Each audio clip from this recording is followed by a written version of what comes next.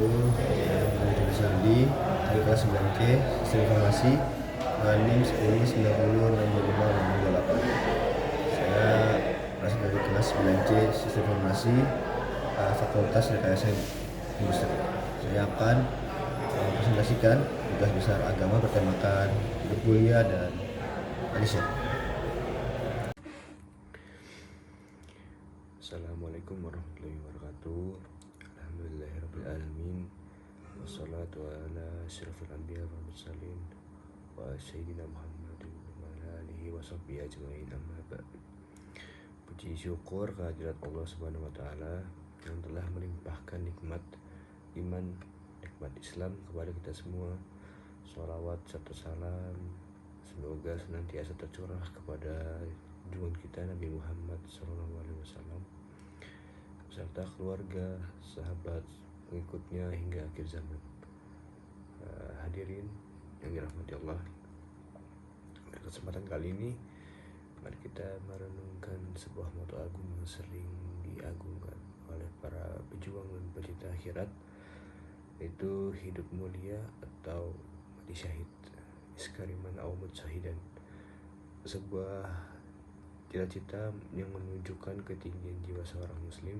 Yang pertama adalah, apa sih makna dari hidup mulia dan mati syahid itu? Hidup mulia atau iskariman, hidup mulia bukanlah sekedar kaya harta atau tinggi jabatan. Kemuliaan sejati terletak pada ketaatan kita kepada Allah Subhanahu wa taala.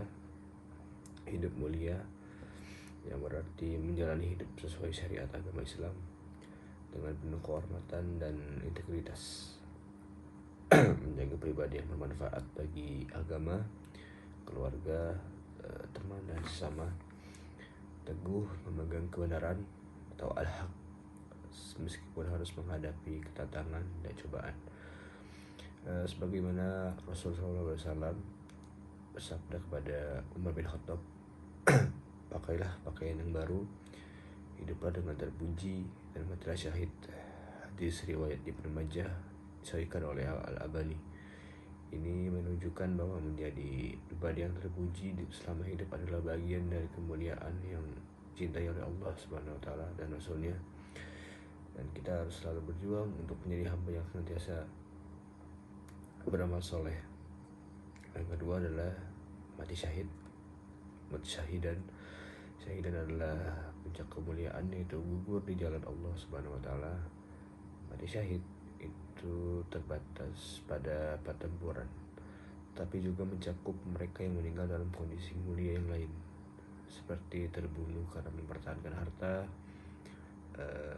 mempertahankan agama dan keluarga, ya, dari hadis riwayat Abu Daud dan An-Nasai. Bahkan termasuk juga meninggal karena wabah taun, tenggelam, sakit perut, maupun tertimpa reruntuhan. Hadis riwayat Al-Bukhari dan Muslim. Lalu yang selanjutnya adalah, kenapa sih mati syahid itu begitu istimewa? Karena Allah Subhanahu wa taala menjamin kehidupan dan rezeki bagi mereka.